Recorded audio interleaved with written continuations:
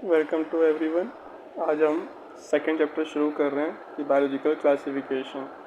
इसमें हम एनसीईआरटी के पॉइंट को लाइन बाय लाइन क्लियर कर जाते हैं जो इम्पोर्टेंट है, जो टेस्ट में जिस पे क्वेश्चन बन सकते हैं, सिर्फ उसी पे ध्यान देंगे। सबसे पहले एरिस्टोटल, इस लाइन की पढ़िए। एरिस्टोटल फोर्थ लाइन है। Aristotle was the first earlier to attempt a more scientific basis for classification. He use simple morphology character use to classify plant into tree, shrubs, herbs. 3 में divide किया था plant को, tree, shrubs, herbs. Animal को divide किया था those which had red blood cells and those which do not have. Next line को mark करिए। Linnaeus ने 2 किंगडम सिस्टम ऑफ क्लासिफिकेशन दिया था, जिसमें सिर्फ जो 2 किंगडम थे प्लांटी थे और एनिमल थे। इसके बाद आप इसके नीचे आ जाइए। इसमें इन्होंने जिसके बारे में इसके डिमेरिट लिखे हुए हैं। This system did not distinguish between the eukaryote and prokaryote, unicellular and multicellular organism and photosynthetic and non photosynthetic. Classification of organism into plant and animal was easily done and was easy to understand, but a large number of organisms did not fall into either category. Hence, the 2 classification system for a long time was found inadequate. Besides gross morphology, a need was also felt for including other characteristics like cell structure, nature of wall, mode of nutrition, habitat, method of reproduction. ये जो point लिखे गए हैं, mode of nutrition, nature of cell wall, mode of nutrition, habitat, method of reproduction, evolutionary relationship, ये 5 kingdom classification system के बारे में लिखा गया, उनके कैरेक्टर के बारे में लिखे गए हैं। इसको हम आगे पढ़ेंगे। Classification for the living organism have hence undergone several changes over the time. The plant and animal have been constant under all different system. इसको मार्क कर लीजिए, इंपॉर्टेंट लाइन है। इस पर क्वेश्चन आ सकता है कि दो कौन से किंगडम थे जो कांस्टेंट थे हर किंगडम क्लासिफिकेशन सिस्टम में। तो प्लांट और एनिमल थे। ये जो मैंने येलो से हाईलाइट कर रखा है, इसके ऊपर एक्स्ट्रा पॉइंट है जो आप एक्स्ट्रा वीडियो वाले चैप्टर है उसमें जाके रेफ़र करें, जो येलो हाईलाइट से किए, जिसको येलो हाईलाइट किया हुआ है। Number and nature of other kingdom have also be understood differently by different scientist over the time. ये टेबल आपको याद होनी चाहिए। और इसमें से इम्पोर्टेंट चीज़ जो याद करने के लिए है वो ये है। सबसे पहले तो प्रोकैरियोट तो एक ही है, बाकी सब यूकैरियोट है। मोनेरा में जो सेल वॉल है नॉन सेलुलोजिक है, बाकी 3 में सेलुलोजिक है, और फंगी में काइटिन है, काइटिन प्रेजेंट होता है और इसमें एब्सेंट होता है। इसको बाई हार्ट आपको याद होना चाहिए। और उसके बाद मोड ऑफ न्यूट्रिशन पे डायरेक्ट आ जाइए। इसमें ऑटोट्रॉप और हेटरोट्रॉप दोनों आते हैं। ऑटोट्रॉप में chemosynthetic, chemo autotroph and photo autotroph भी आते हैं। हेटरोट्रॉप में सैप्रोफाइटिक जो कि डेड ऑर्गेनिक मैटर पर डिपेंड करता है, पैरासाइटिक जो कि लिविंग ऑर्गेनिज्म पर डिपेंड करता है। प्रोटिस्टा में आते हैं, इसमें ऑटोट्रॉप होते हैं और हेटरोट्रॉप दोनों होते हैं। सेम इसमें भी ऑटोट्रॉप एंड हेटरोट्रॉप दोनों होंगे। फंगी में आ जाइए, इसमें सिर्फ और सिर्फ हेटरोट्रॉपिक होंगे, वो भी 2, सैप्रोफाइटिक और पैरासाइटिक। प्लांटी में आ जाइए, इसमें तो ऑटोट्रॉपी होगा, इसमें विदाउट एक्सेप्शन ऑटोट्रॉपी होगा। एनिमेलिया में हेटरोट्रॉप हमें पता ही है। इसमें होलोजोइक आप याद रखिए, जो निगलते हैं खाने को, अपने फूड को निगलते हैं, और सैप्रोफाइटिक लिखा है।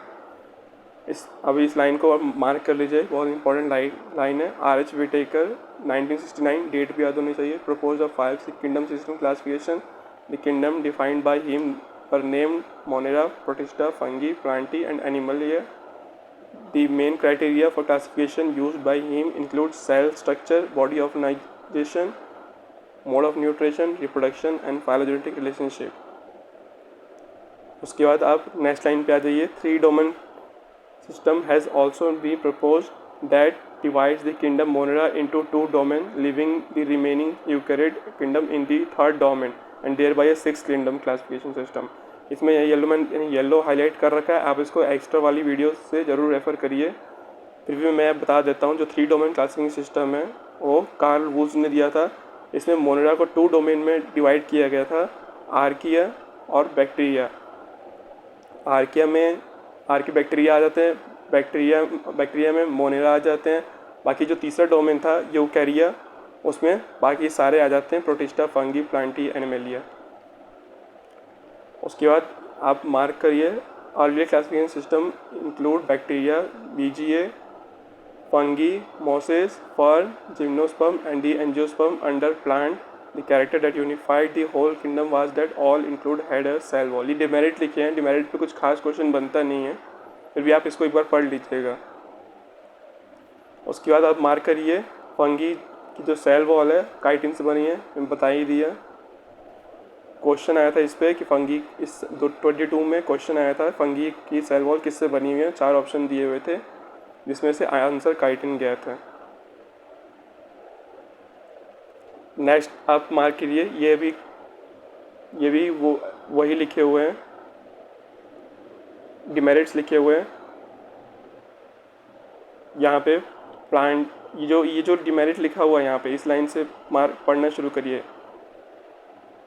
Kingdom Protista has brought together Chlamydomonas, Protista, Chlorella, earlier placed in alga with plant and both in the animal which lack cells.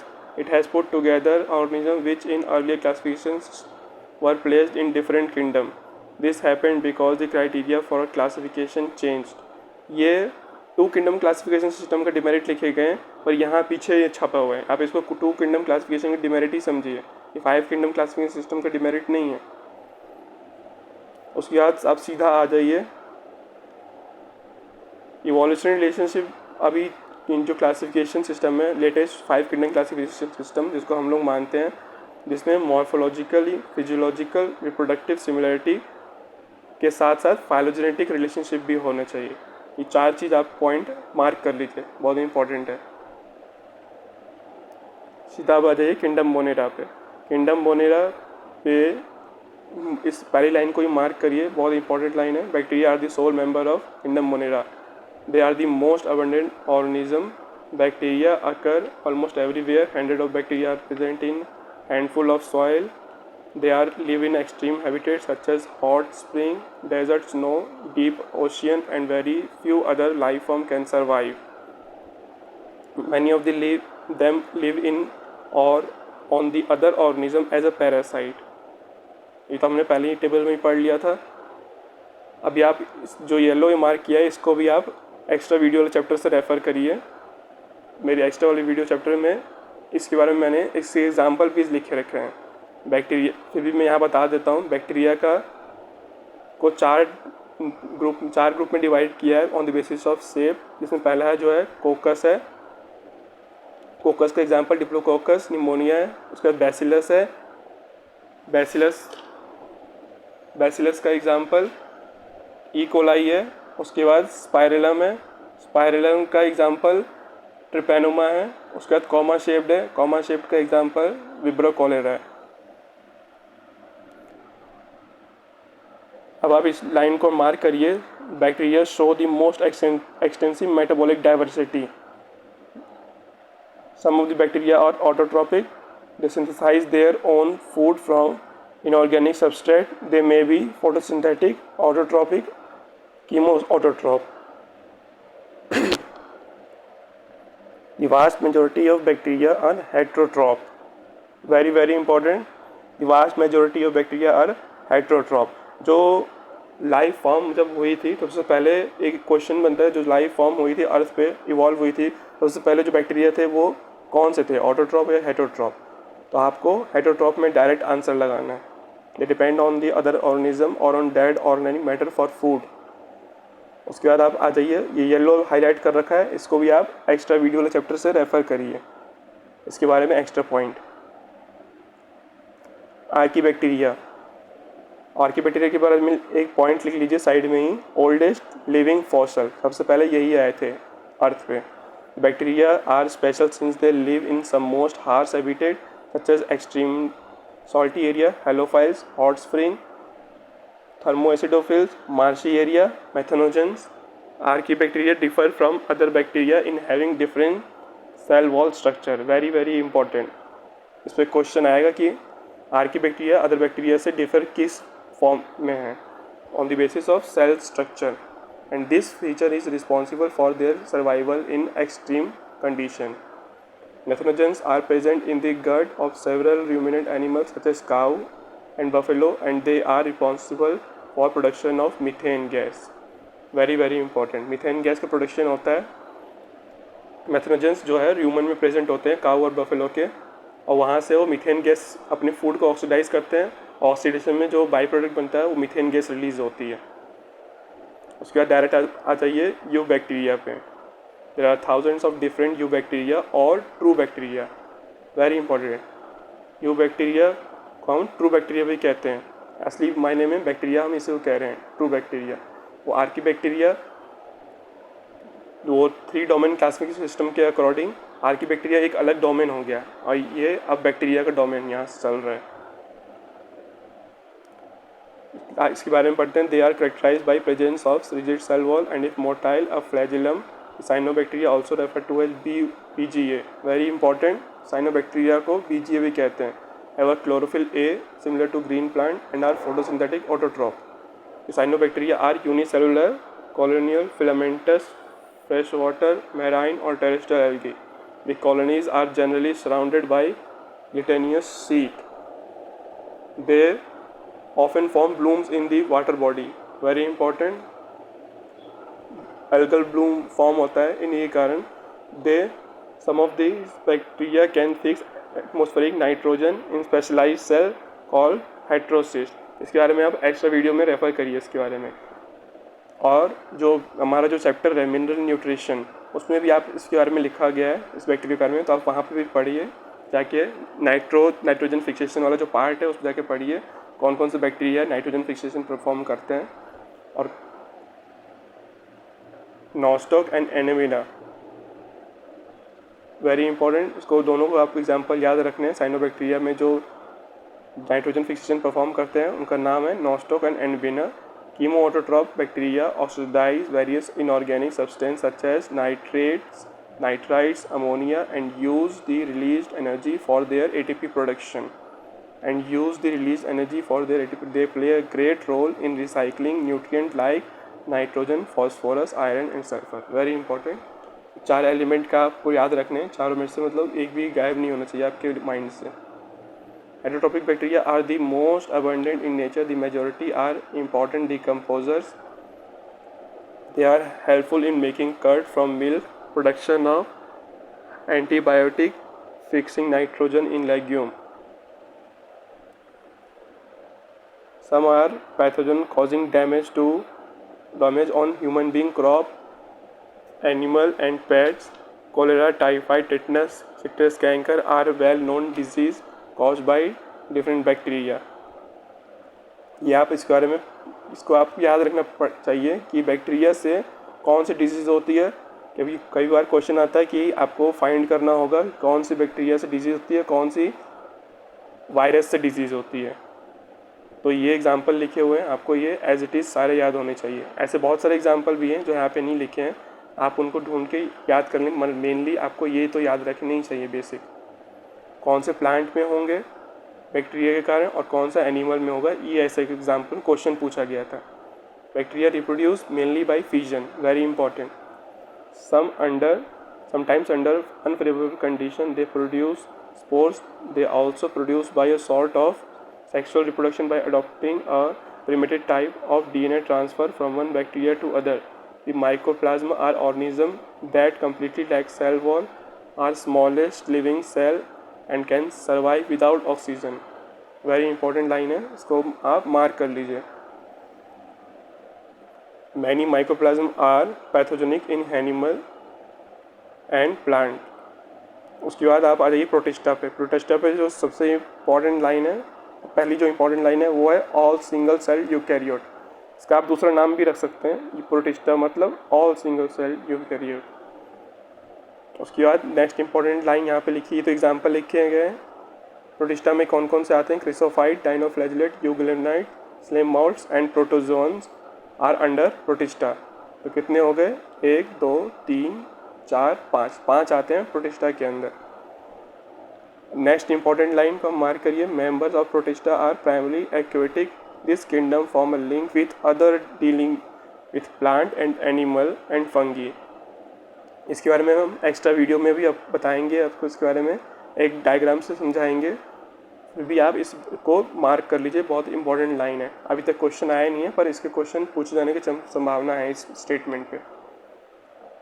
Being eukaryote, the protestant cell body contain a well-defined nucleus and other membrane-bound organelle. ये तो understood है, eukaryote है तो membrane bound organelle present होंगे और well-defined nucleus present होगा। Some have flagella और cilia. Flagella movement के लिए हेल्प होता है, सीलिया भी मूवमेंट के लिए हेल्प होता है। Protista reproduce asexually and sexually, दोनों से करता है, वेरी इंपॉर्टेंट है।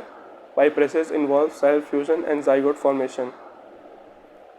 This includes diatoms, golden algae. They are found in fresh water as well as marine water. Mainly ये marine water में ही पाए जाते हैं, यहाँ पे लिखा नहीं है। और ये जो अंडरलाइन की गई है इसमें सभी इंपॉर्टेंट ही लाइन है, इसमें आपको कुछ भी छोड़ना नहीं है। Most of them are photosynthetic, very important. In diatom the cell wall form two thin overlapping cell which fit together as in a soap box. The wall are embedded with silica and thus the wall are indestructible. Thus the diatom have left behind large amount of cell wall deposit in their habitat. The accumulation of billion of year is referred to as a diatomaceous earth. Very important, सब आप mark कर लीजिए। Being gritty, this is used in soil polishing, filtration of oil and syrups. Diatoms are chief producer in the ocean. Very important, इसको भी mark कर लीजिए। इसमें एक पॉइंट नहीं लिखा गया है, आप उसको ऐड कर लीजिए नीचे ही, कि जो सेल वॉल है वो भी सेलुलोजिक होता है। आप सिलिका उसमें एम्बेडेड पार्टिकल होता है, पर जो सेल वॉल है वो सेलुलोजिक ही माना जाएगा। इसमें कंफ्यूज नहीं होना है आपको। उसके बाद आता है डाइनोफ्लैजिलेट पे। These organisms are mostly marine, mark करिए, and photosynthetic. They appear yellow, green, brown, blue or red depending on the main pigment present in their cell wall. The cell wall has a stiff cellulose plate on outer surface. Most of have two flagella, one longitudinal and other transverse in a furrow between the wall plates. Very often red dinoflagellate, example Goniolus, undergo rapid multiplication that they make the sea appear red. Toxin released by such large number may even kill other marine animals such as fishes. Euglenoid, majority of them are freshwater, mark कर लीजिए। Organism found in stagnant water. Instead of cell wall, they have a protein-rich layer called pellicle, which makes their body flexible. Important है। They have two flagella, a short and a long. तो flagella दो में अब तक दोनों में आ चुके हैं, डाइनोफ्लैजिलेट और यूग्लिनॉइड। क्रिसोफाइट में नहीं आया flagella। तो they are photosynthetic in presence of sunlight. When deprived of sunlight, they behave like a heterotroph by predating on other smaller organisms. Interestingly, the pigment of euglenoids are identical to those present in higher plant. Example, Euglena. Slime molds are saprophytic. ये आपको confusion नहीं होगा, S से slime mold होता है तो S से saprophytic होता है, इस पे क्वेश्चन आता है। The body moves along decaying tubes and leaves engulfing organic material. Under suitable condition they form an aggregation called plasmodium. अब यहाँ पे आप रुक जाइए, प्लाज्मोडियम लिखा है, इसका मतलब ये नहीं है जो प्लाज्मोडियम मलेरिया कॉज करता है वो वाला प्लाज्मोडियम नहीं है, ये एग्रीगेशन है। बहुत सारे स्लाइम मोल्ड का मिलके आपस में एग्रीगेशन फॉर्म करते हैं, उसको प्लाज्मोडियम कहते हैं। इसको आप प्लाज्मोडियम डिजीज से मत समझिए, प्लाज्मोडियम जो डिजीज कॉज करता है उससे मत समझिएगा। Which may grow and spread over several feet. During unfavorable condition, the plasmodium differentiate and form fruiting body bearing spores at their tips. The spores are true wall, very important. They are extremely resistant and survive for many years, even under adverse condition. The spores are dispersed by air current. Next आते हैं protozoa. Protozoa पे पहले mark करिए, important line है। All protozoan are heterotroph and live as a predator और parasite. सारे heterotroph है और प्रेडेटर और पैरासाइट होते हैं। They are believe to be primitive relative of animal. 4 group में डिवाइड किया गया प्रोटोजोन को। Amoeboid protozoan live in fresh water, sea water और मॉइस्ट सॉइल। ये तीनों याद होने चाहिए, live in fresh water, sea water और moist soil. They move and capture their prey by putting out pseudopodia, false feet as in amoeba.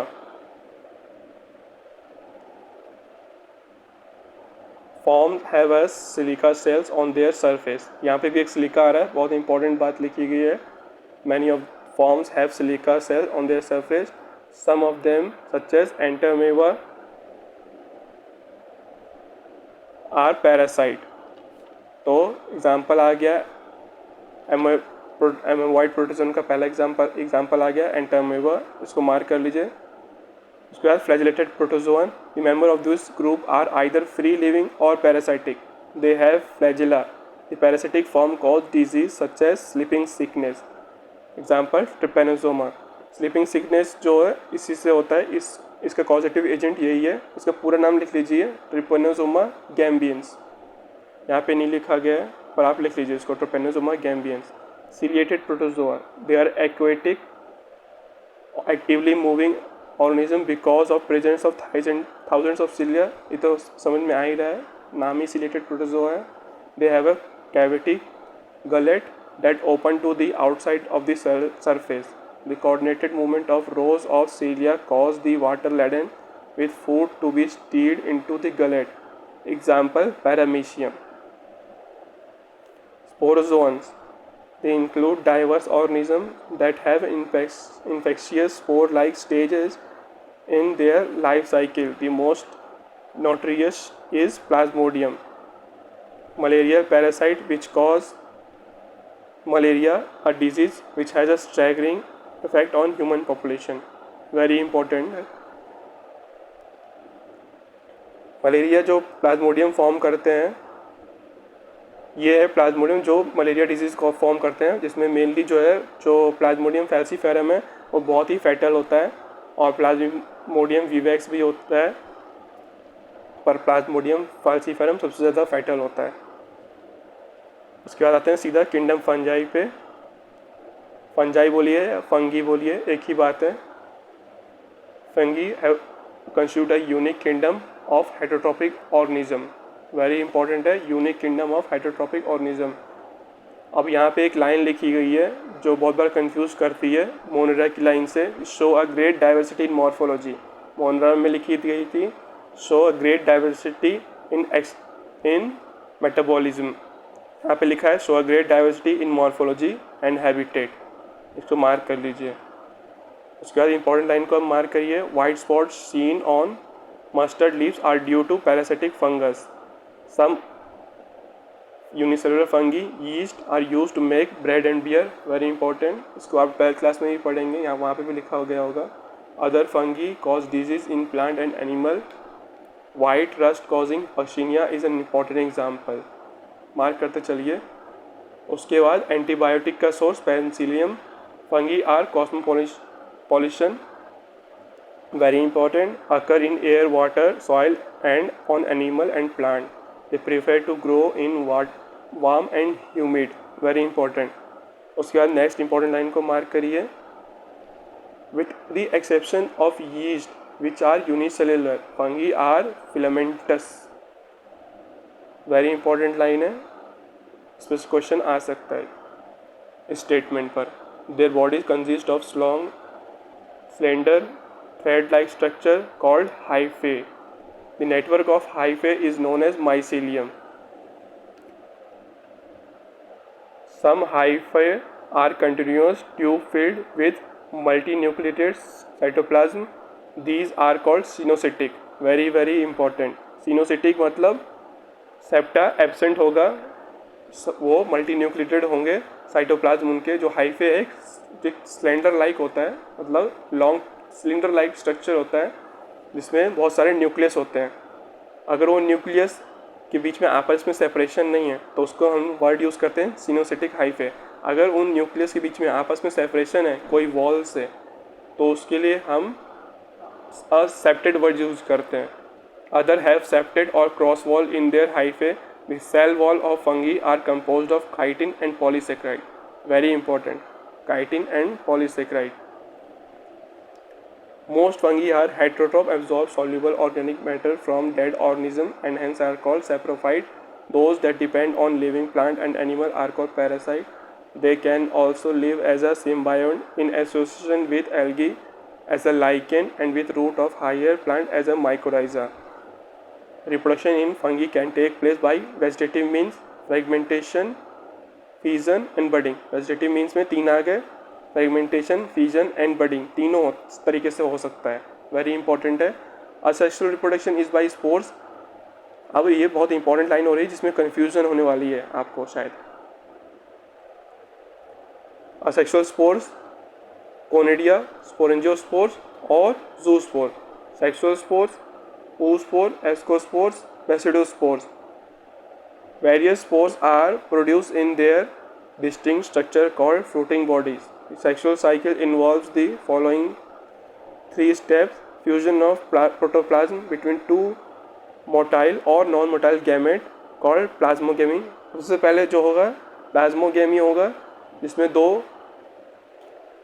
Fungi के hyphae के बीच में उनके जो हाइफे जो माइसिलियम है, हाइफे के जो माइसिलियम होते हैं प्रोड्यूस होते हैं, स्पोर्स जो होते हैं उनके पहले बीच में फ्यूजन होगा जिसके लिए हम प्लाज्मोगेमी वर्ड यूज़ करते हैं। उसके बाद कैरियोगेमी होगा, उसके बाद म्यूसिस होगा। अब एक पॉइंट को आप मार्क कर लीजिए कि फंगी में जो चार ग्रुप हैं, फाइकोमाइसेटिस, एस्कोमाइसेटिस, बेसिडियोमाइसेटिस, ड्यूटेरोमाइसेटिस, इन चार में एस्को और बेसिडियो में एक इंटरवेनिंग स्टेज भी होती है, इसको हम नाम देते हैं डाइकैरियोफेज। मतलब प्लाज्मोगेमी हुआ, दो न्यूक्लियस आसपास साथ साथ आसपास आए, पर वो वहाँ पे कुछ देर के लिए स्टे करते हैं कुछ टाइम के लिए, और फिर उनके बीच में कैरियोगेमी होता है, मतलब न्यूक्लियस तब जाके फ्यूज़ करते हैं।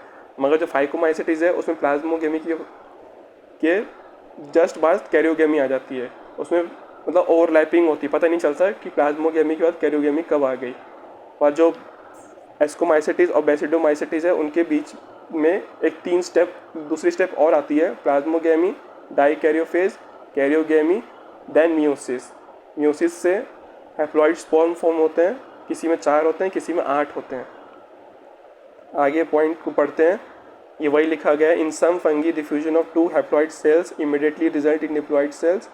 However in other fungi Ascomycetes and Basidiomycetes and intervening dikaryon stage n+n 2 other nuclei. इसको आप 2n नहीं करें बोलेंगे, ये n+n ही है, अभी तक वो फ्यूज नहीं हुए हैं। Occur such a condition called dikaryon and the phase is called dikaryophase। उसके बाद आप मार्क करिए, उसके बाद रिडक्शन डिवीजन होता है जिसका दूसरा नाम म्यूसिस होता है। यहाँ पे आप साइड में लिख लीजिए, ऊपर वैसे ही लिखा हुआ है म्यूसिस। रिडक्शन डिवीजन होता है meiosis, leading to formation of haploid spores. Morphology of mycelium, mode of spore formation and fruiting body form the basis for the division of kingdom into various classification classes. Very very important, इसको mark कर लीजिए, इस पर question आ सकता है कि किस basis पे क्लासिफाई किया गया है किंगडम फंगी को। उससे पहले आता है फाइकोमाइसेटिस, उसमें आप मार्क करिए, इसको आप पढ़ लीजिएगा, इंपॉर्टेंट लाइन को मार्क करिए। Aquatic habitat and on decaying wood in moist and damp places और as obligate parasite. Very important, obligate parasite. The mycelium is aseptate and coenocytic. ये हमने पहले ही पढ़ चुके हैं। कौन इसका सिर्फ यही एग्जाम्पल है, फाइकोमाइसेटिस, असेप्टेड एंड सिनोसिटिक। अब आप ये चैप्टर इन चारों के बारे में पढ़ेंगे तो आप उस पढ़ने के बाद आप इसके बारे में एक टेबल बना लीजिएगा, एक कंपैरेटिव स्टडी करिएगा इसके चारों के बारे में, उससे आपको ये जल्दी याद हो जाएगा। The mycelium is aseptate and coenocytic. Asexual reproduction take place by zoospore or by aplanospore. These spores are endogenously produced in sporangium. A zygospore is formed by 2 gametes. These gametes are similar in morphology, isogamous, or dissimilar, anisogamous, oogamous. Some common examples are Mucor, Rhizopus, Albugo. ये 3 example हैं, तीनों के example कोई tough नहीं है, आप इसको लिख लीजिए कहीं साइड में, आराम से लिख लीजिए। RAM राइजोफस, ए से एल्ब्यूगो, एम से म्यूकर। राइजोफस का लिखा है द ब्रेड माउल्ड, एल्ब्यूगो का लिखा गया है पैरासिटिक फंगी ऑन मस्टर्ड। ये दूसरा नाम लिख लीजिए, the parasitic fungi white rust of parasite on cruciferae. मैं रिपीट कर रहा हूँ, white rust on cruciferae albugo. उसके बाद एस्कोमाइसिटिस में आते हैं। एस्कोमाइसिटिस का कॉमन नाम sac fungi. Ascomycetes are mostly multi cellular, very important, penicillium और रेयरली यूनिसेलुलर। एग्जाम्पल यीस्ट, तो 2 एग्जाम्पल यहाँ पे हो गए हैं, मल्टी सेलुलर में पेनिसिलियम और यूनिसेलुलर में yeast. They are saprophytic, decomposer, parasitic और coprophilous, very important, coprophilous growing on डंग।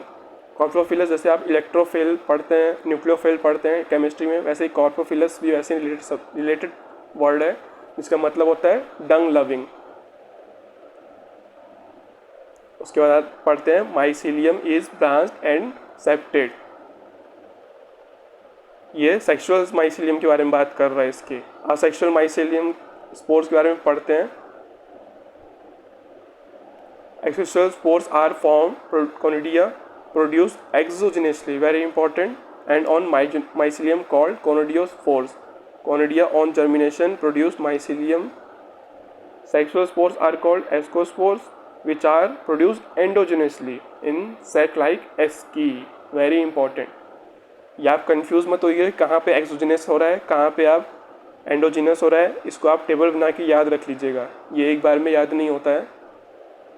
इसको 2-3 बार आप पहले ही पढ़ लीजिएगा, उसके बाद जाके टेबल बनाइएगा। उसको टेबल को भी 3 बार पढ़ लीजिएगा, तब आपको ये बाई हार्ट याद हो जाएगा। These asci are arranged in different type of fruiting body called ascocarp. Some example are aspergillus, claviceps, neurospora. 3 example यहाँ पे हो गए, 2 एग्जाम्पल पहले हो गए, तो 5 टोटल एग्जाम्पल हो गए। इसको आप मार्क करिए। Neurospora is extensively used in biochemical and genetic work. Many members like morels and truffles are edible and are considered delicacious. इसको आप इम्पॉर्टेंट मार्क कर लीजिए। इसमें जो एडिबल फंजी है वो कौन सा है, मोरल्स एंड ट्रफल्स। अब क्योंकि आप बैसिडोमाइटिस से कंफ्यूज होंगे, क्योंकि बैसिडोमाइटिस में मशरूम फैमिली आ जाती है, और आप जानते हैं मशरूम जो है वो भी खाने की चीज़ होती है, पर वो बैसिडोमाइसिटिस में आती है। एस्कोमाइसिटिस में जो एडिबल है वो मोरल्स एंड ट्रफल्स है। इस पर कंफ्यूज मत होइएगा कि कौन सा एस्कोमाइसिटिस में था, कौन सा बैसिडोमाइसिटिस में था। टेबल कंपैरिजन टेबल से आप बना के याद कर लीजिएगा। Basidiomycetes commonly form a basidiomycetes mushroom, bracket fungi और puff ball. They grow in soil, on logs and tree stumps and in living plant body as parasite, rust and smut. The mycelium is branched and septate.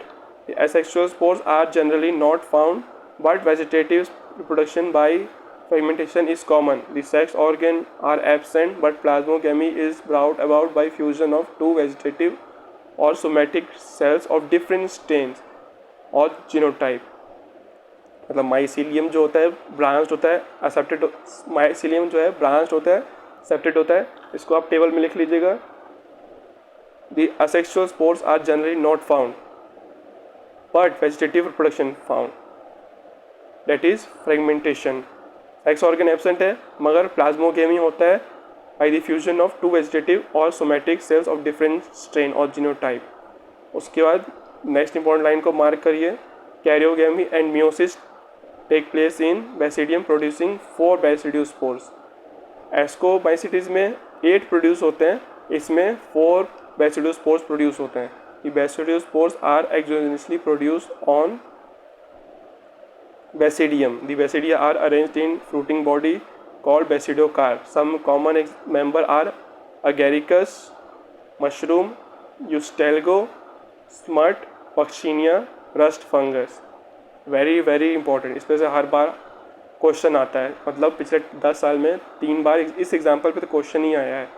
Rust fungi किसको कहते हैं और smut fungi किसको कहते हैं और mushroom fungi को क्या नाम देते हैं कहते हैं। उसके बाद आते हैं ड्यूटेरोमाइसिट्स में। ड्यूटेरोमाइसिट्स में आप टेबल में लिख लीजिएगा इसका common name imperfect fungi. Only the asexual or vegetative phase of these fungi are known. Very very important. When the sexual form of these fungi are discovered, they are moved into classes they are rightly belong to. इसमें ये बोल रहा है कि sexual form जब उसका find होता है, कोई भी आप फंगी अगर आपने डिस्कवर किया, आपको पता नहीं है उसका सेक्सुअल फॉर्म है या नहीं है, आपको लगता है कि उसका सेक्सुअल फॉर्म नहीं है, तो आप इस को ड्यूटेरोमाइसिट्स में डालें।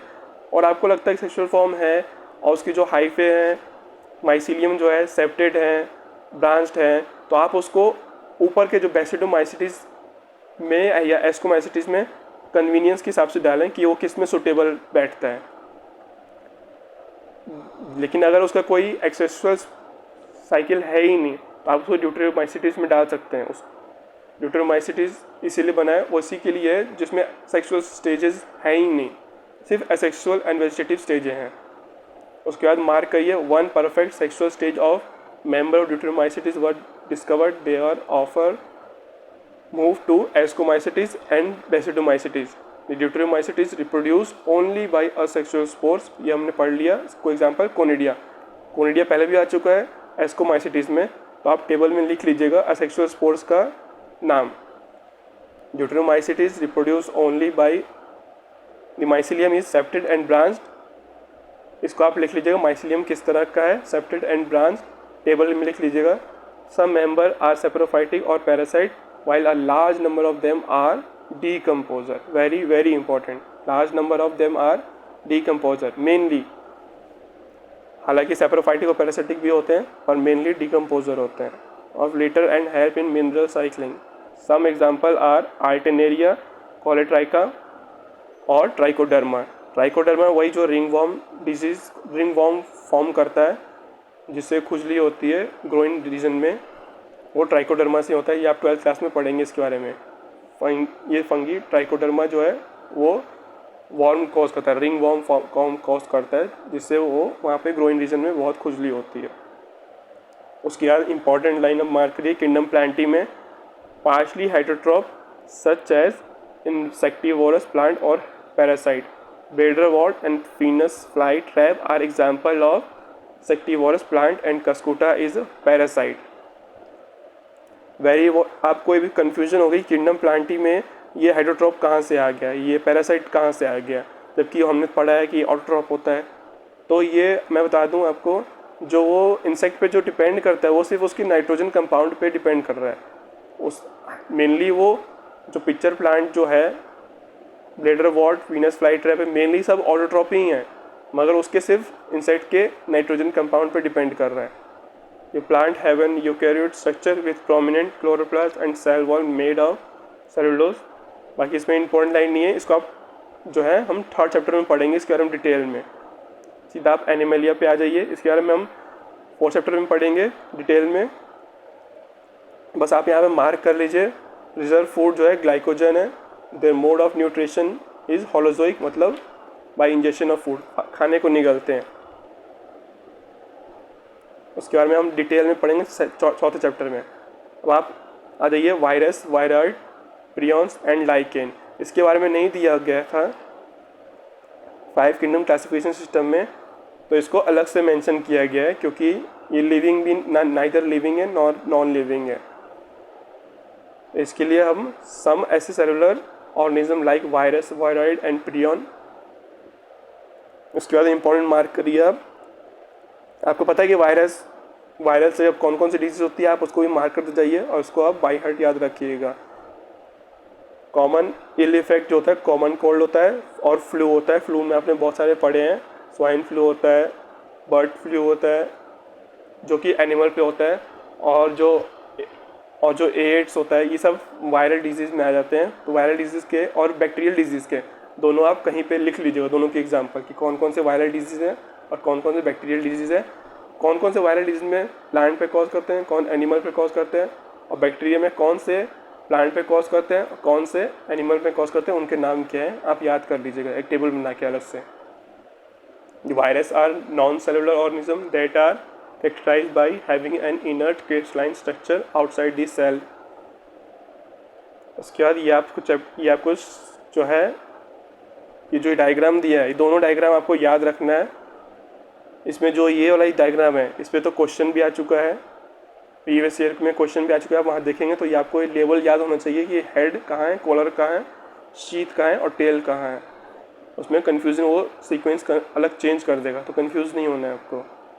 उसके बाद आगे पढ़ते हैं। Once they infect a cell they take over the machinery of the host cell to replicate themselves killing the host.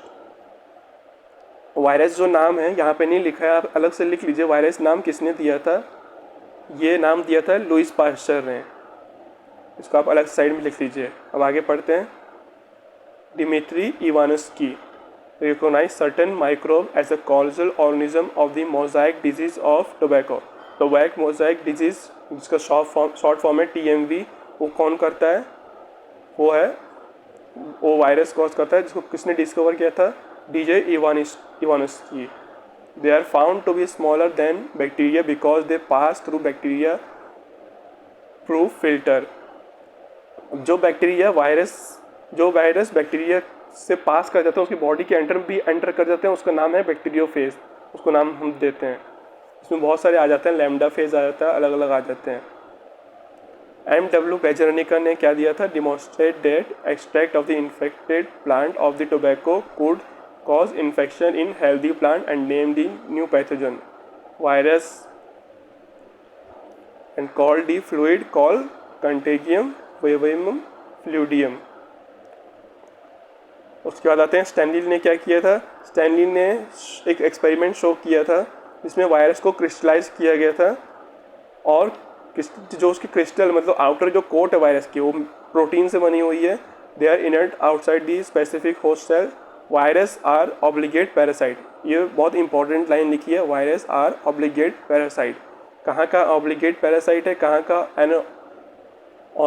Obligate parasite है, कहाँ का फैकल्टेटिव पैरासाइट है, ये आपको याद होना चाहिए।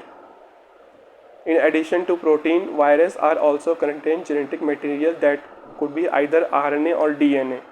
No virus contain both RNA and DNA. Very important. A virus is a nucleoprotein and the genetic material is infectious. In general, virus that infect plant have a single stranded RNA. Viruses that infect animal have either single or double stranded RNA or double strand DNA. Bacteria virus, bacteriophage virus that infect the bacteria are usually double stranded DNA virus. The protein code called capsid made of subunit called capsomer protect the nucleic acid. Capsomer क्या करता है? Protect करता है nucleic acid को, उसके जो अंदर की जो पार्ट है न्यूक्लियस उसको प्रोटेक्ट करता है जो प्रोटीन कोट है। कैप्सोमर आर अरेंज्ड इन हेलिकल और पॉलीहेड्रल ज्योमेट्रिक फॉर्म। जो ऊपर वाला डायग्राम है उसमें आप देखिए कैप्सोमेयर आपको पता चल रहा है, वहाँ पे ज्योमेट्रिक के फॉर्म में, हेलिकल फॉर्म में वहाँ पे अरेंज है। और जो दूसरा वाला जो डायग्राम है उसमें पॉलीहेड्रल के फॉर्म में अरेंज है। Virus cause disease like mumps, small pox, herpes and influenza. AIDS in human is also cause by virus. और प्लांट में कौन सा करता है? Leaf rolling, mosaic formation, leaf curling, leaf yellowing and leaf vein clearing, plant dwarfing and stunted growth. ये आपको example सभी याद होने चाहिए कि प्लांट में किस तरह की सिम्टम्स शो करता है डिजीज़ के। उसके बाद आते हैं वायरॉइड पे। वेरी इंपॉर्टेंट साइंटिस्ट का नाम इसमें आपको याद रखना है। साइंटिस्ट का नाम आपको वायरस में जहाँ जहाँ आ रहा है सबको याद रखना है कि किसने क्या किया था, क्या एक्सपेरिमेंट परफॉर्म किया था। टीओ डेनियर ने डिस्कवर किया था वायरॉइड को, a new infectious agent that was smaller than virus and cause potato spindle tuber disease. It was found to be free RNA. It lacked a protein coat, very important, and is found in viruses and hence the non-viroid. The RNA of, very important line है, RNA of viroid was of low molecular weight. उसके बाद आते हैं prion पे. ये नया नया add हुआ है, पुराने एनसीईआरटी में नहीं है, इसको नया नया यहाँ पे ऐड किया गया है। प्रियन के बारे में पढ़ लेते हैं। In modern medicine certain infectious neurological disease were found to be transmitted by an agent consisting of abnormally folded protein. The agent was similar in size to virus. यहाँ पे वायरस के साइज से सिमिलर था, viroid में क्या था, virus के size से छोटा था, और यहाँ पे वायरस के साइज के सिमिलर है।